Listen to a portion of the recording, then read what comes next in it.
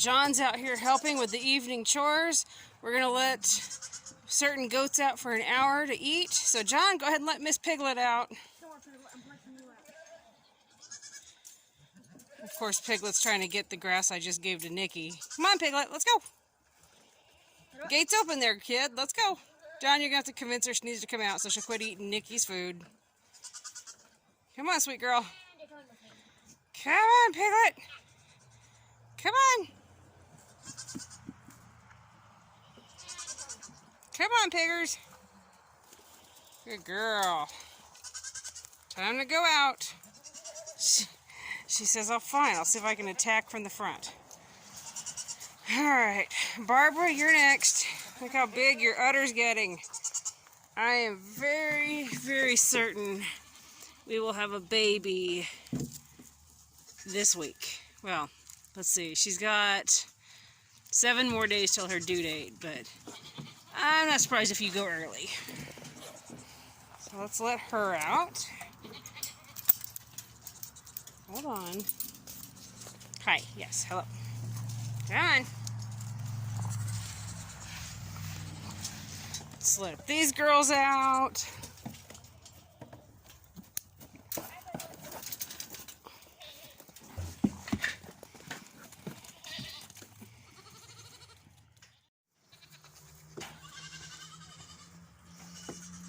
Alright, there we go. Happy goats on pasture. They've got an hour to be out here. Hazel is the goat all the way in the very back. She's the brown and white goat. She will actually be out all night long. We pull her off of her daughter in the evening, and she's got 12 hours to fill with milk. So tomorrow morning I'll be milking her. Her daughter is old enough that that's just fine to do a milk share like that. So it's what we do. It's called a milk share. So baby gets mom all day long, and then in the evening we pull baby or mom. In this case we pull mom, and Hazel will actually have access to pasture all night long, all evening, all night long. Now you see this goat right here, this is Kelly. She is not bred. She, to my knowledge, should not have managed to sneak a date with the buck. But do you guys see her udder? See how it's a little bit full? I don't know if she's just precocious, meaning she's milking without being bred, which totally happens in goats, or if she somehow snuck a breeding through the fence.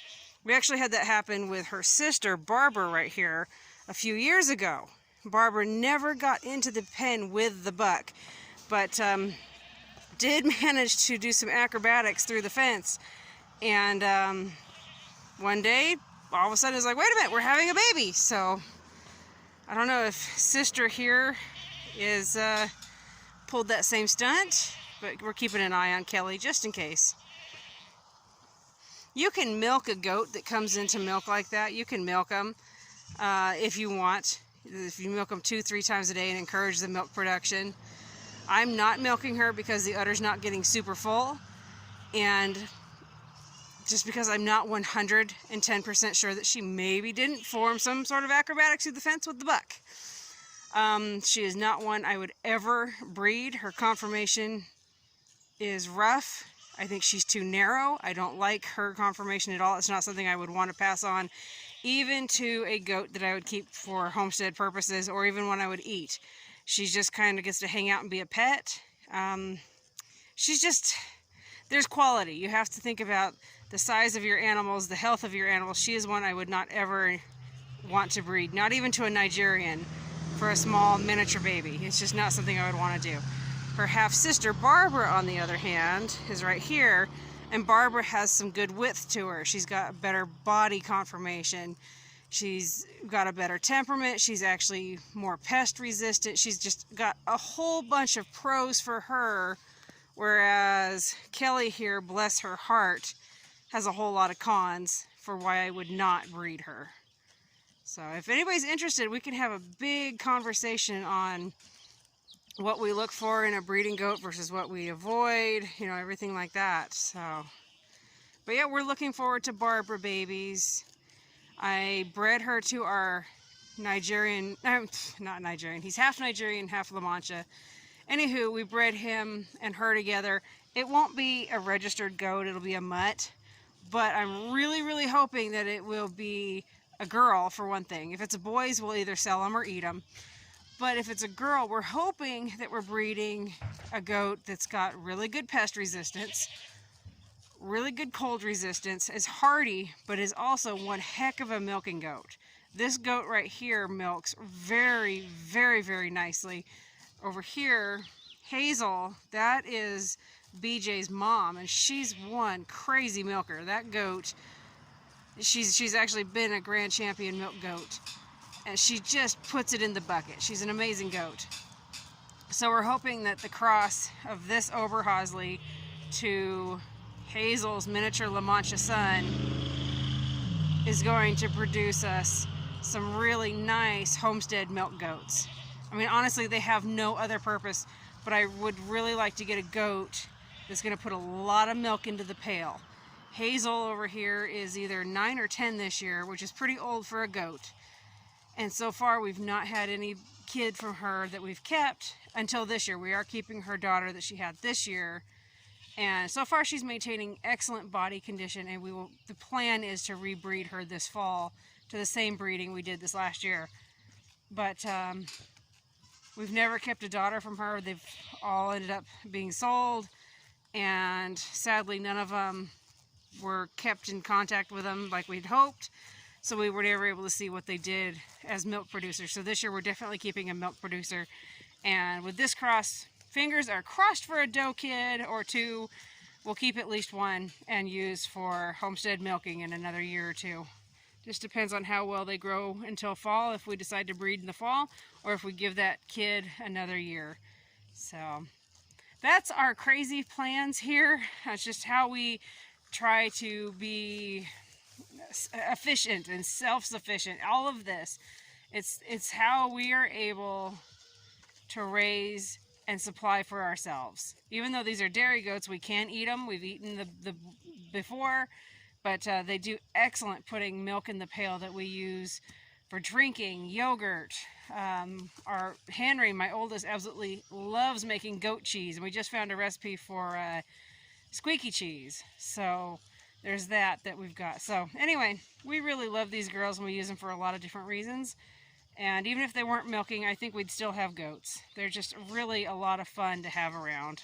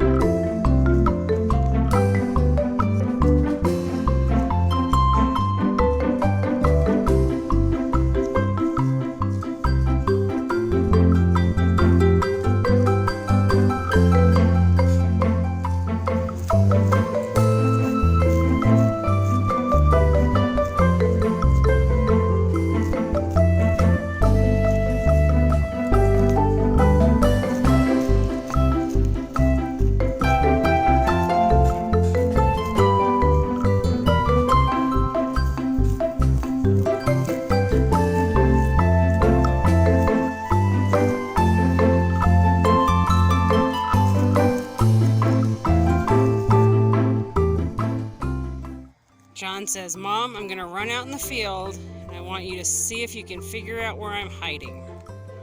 The grass is just tall enough. Can you guys see him? Look at the top of your screen. He's enjoying himself.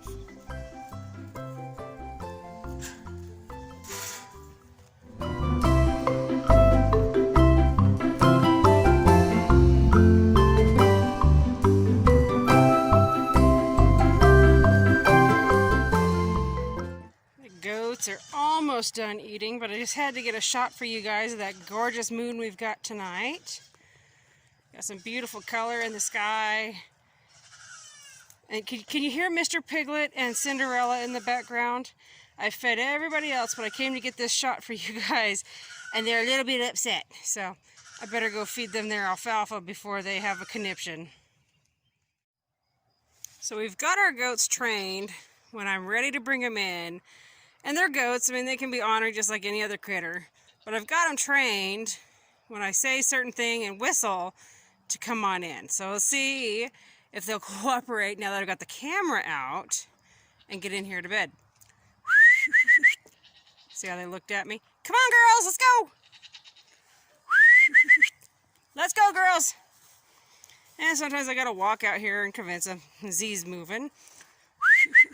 Let's go! And making all the neighbor dogs bark. We have some new neighbors with some dogs. Let's go, girls, let's go! Come on, you know the drill. Let's go. They're not moving very quick. Come on, girls. Aurora, let's go.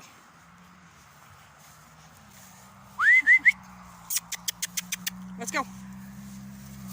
Good girl.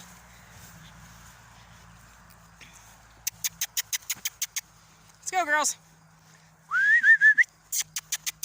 Let's go, girls.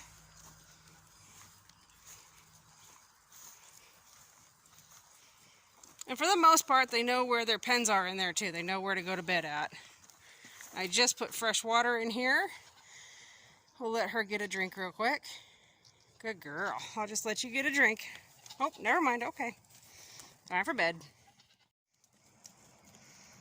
And there we go. Everybody's in bed but Hazel. She's out because she's got access to pasture. We're milk sharing with her. So her daughter, Cinderella, right here. Anyway, she's old enough that we take Hazel at night and let Hazel have access to the pasture all night long. And in the morning I milk her, and then Cinderella gets her all day long. But just to make sure, you know, Cinderella will be fine. She's got a whole tub of hay there, and she's got fresh water in her bucket. And so it's not very stressful. It's really pretty easy doing this with the mamas. And it's easier than certain ways. Keeps them from stressing out quite so badly. So I had been putting Hazel in here in this pen with the girls, but I like having her where she can be out and have access to the pasture so that she's got every chance that she needs to fill her udder, you know, get all the nutrition she needs. As a milking goat, they need all the food they can get. They're putting a lot of energy into making milk. So the more access she has to food and pasture is better. And after she comes in the morning, when I bring her in after we milk, and I bring her in here with Cinderella, I make sure that that's full of hay. She's got hay all day long. Just so that she, oh, and she also gets grain twice a day. She gets soaked goat grain twice a day. And so that helps keep her at her peak.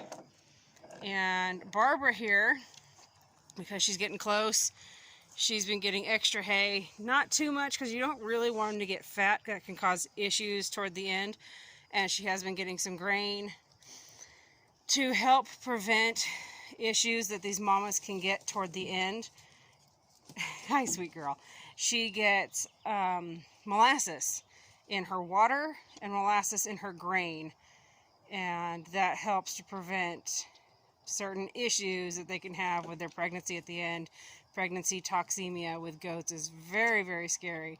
So we've just found that by adding the molasses, it does wonders.